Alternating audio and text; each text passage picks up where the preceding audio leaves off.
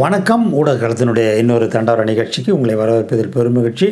இப்போ அதை பற்றி பேச போகிறோம்னா, பாட்டாளி மக்கள் கட்சியினுடைய இந்த விக்கிரவாண்டி இடைத்தேர்தலில் அவங்க பண்ணுற பிரச்சாரத்தை வச்சு பார்க்கும்போது, இல்லை பொதுவாகவே தமிழக அரசியலில் அவங்க செய்கிற சில வேலைகள், சில அறிக்கைகள்லாம் சமீபத்தில் நம்ம பார்க்க நேர்ந்தது. அதெல்லாம் வச்சு பார்க்கும்போது அவங்க சமூக நீதியை குழி தோண்டி புதைக்கிற ஒரு கடைசி கட்டத்தில் இருக்கிறாங்கங்கிற மாதிரி தான் நமக்கு தோணுது.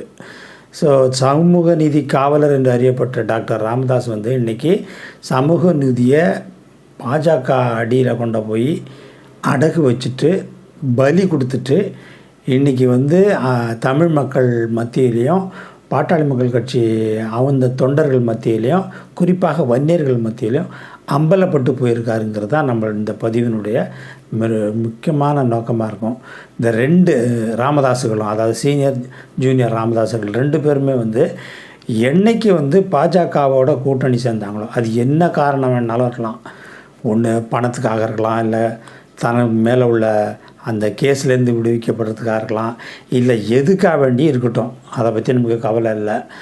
ஆனால் இவங்க என்னைக்கு பாஜகக்கிட்ட போய் கூட்டணி சேர்ந்து மக்களை சந்திக்கிறாங்களோ அன்னைக்கே இவங்க சமூக நீதி பேசுகிறதுக்கான அருகதை, அந்தஸ்து, அதுக்கான ஒரு உரிமை இவங்களுக்கு டோட்டலாக கிடையாதுங்கிறதான் நம்ம இந்த நேரத்தில் பதிவு பண்ணக்கூடிய ஒரு முக்கியமான விஷயமா இருக்குது.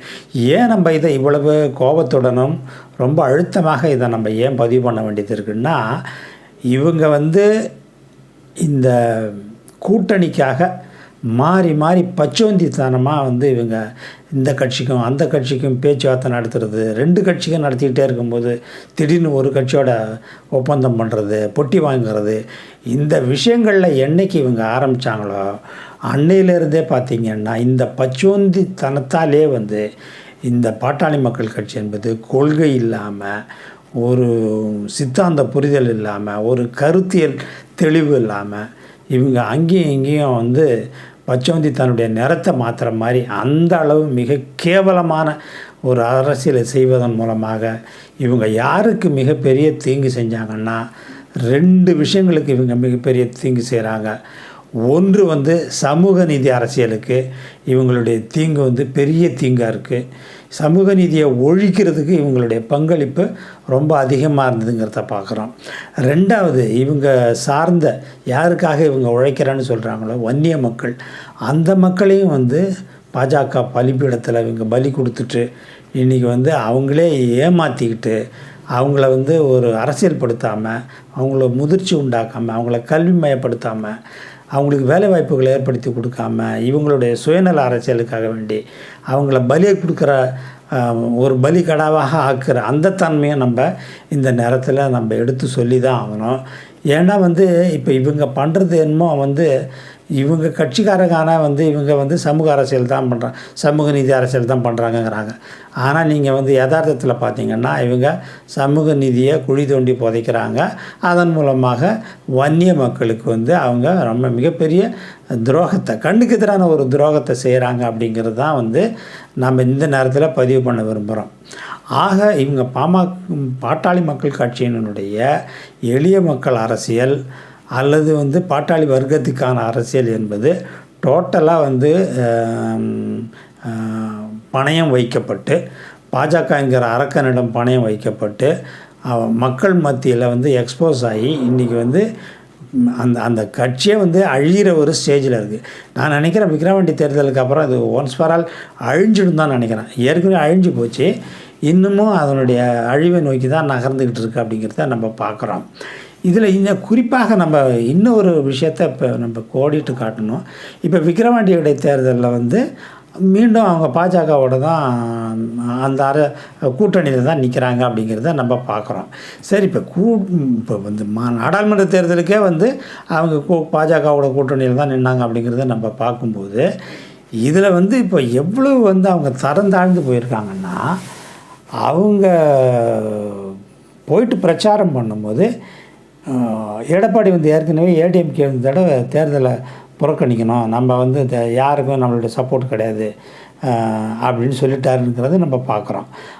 இந்த சூழலில் வந்து பாட்டாளி மக்கள் கட்சியினுடைய பிரச்சாரம், குறிப்பாக வந்து அன்புமணி ராமதாஸ் மற்றும் சௌமியா அன்புமணி, இன்னும் பாட்டாளி மக்கள் கட்சியினுடைய அந்த பிரச்சாரங்கள்லாம் இவங்க என்ன மாதிரி பிரச்சாரம் பண்ணுறாங்கன்னா, அதிமுக வந்து எங்களுக்கு ஓட்டு போடணும், ஏன்னா வந்து திமுகவுக்கு நீங்கள் போடக்கூடாது, திமுக வந்து சமூக நீதிக்கு எதிராகவும் இடஒதுக்கீட்டுக்கு எதிராகவும் அரசியல் பண்ணுறாங்க. திமுக வன்னியர்களுக்கான 10% இடஒதுக்கீடு தரேன்னு சொல்லிட்டு தரலை. அவங்க தராமல் இருக்கிறதுக்கு தான் வந்து இந்த சாதிவாரி கணக்கெடுக்கு எடுக்காமல் ஏமாற்றிக்கிட்டு இருக்காங்க. இவங்க எடுத்தாங்கன்னாலே வந்து அந்த 10% உறுதியாகிடுங்கிற மாதிரி கட்டுக்கதைகளை அவுத்து விட்டுருக்குறாங்க. நம்ம ஏற்கனவே ஒரு பதிவில் சொல்லியிருக்கோம், இதில் வந்து மத்திய அரசாங்கத்தினுடைய சென்சார் தான் வந்து ரிசர்வேஷனுக்கெல்லாம் கோர்ட்டால் எடுத்துக்கொள்ளப்படும். நீங்கள் மாநில அளவில் ஒரு சென்சார் நீங்கள் வந்து கேஸ்ட் சென்சஸ் பண்ணிங்கன்னா உங்கள் லோக்கல் பர்பஸுக்கு தான் பயன்படுத்துமே ஒழிய மேஜரான ஒதுக்கீடு சம்மந்தமாக கோர்ட்டுக்கெல்லாம் போச்சுன்னா வந்து நீங்கள் எடுக்கிற வந்து இது செல்லாது, சென்சஸ் செல்லாது.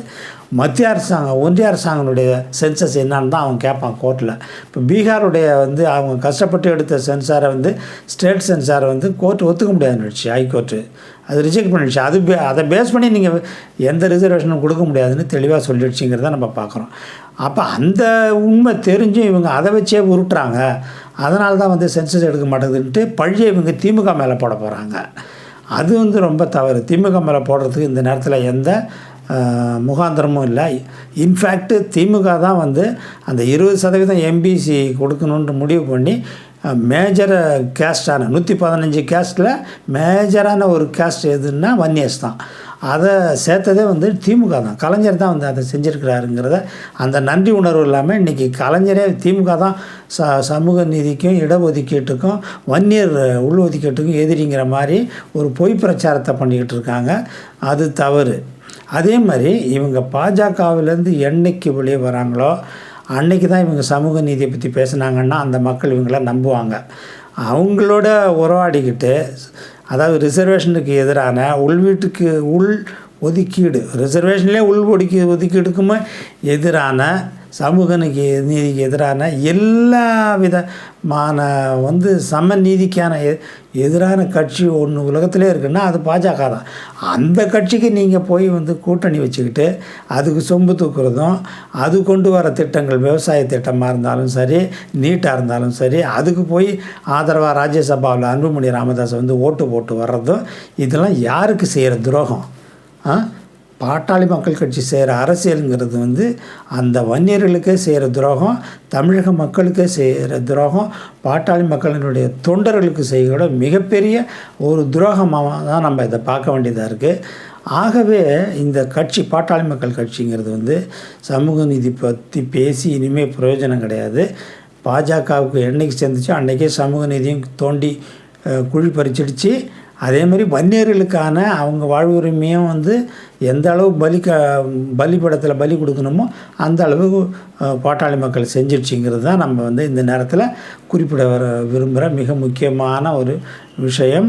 இவர்கள் வந்து இந்த சீனியர் ராமதாஸும் ஜூனியர் ராமதாஸும் இதை புரிஞ்சுக்கணும்.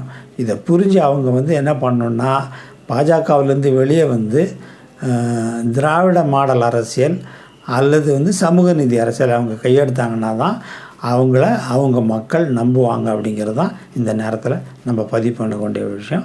இன்னொரு விஷயத்தில் வேற ஒரு விஷயத்தை பார்ப்போம். நன்றி, வணக்கம்.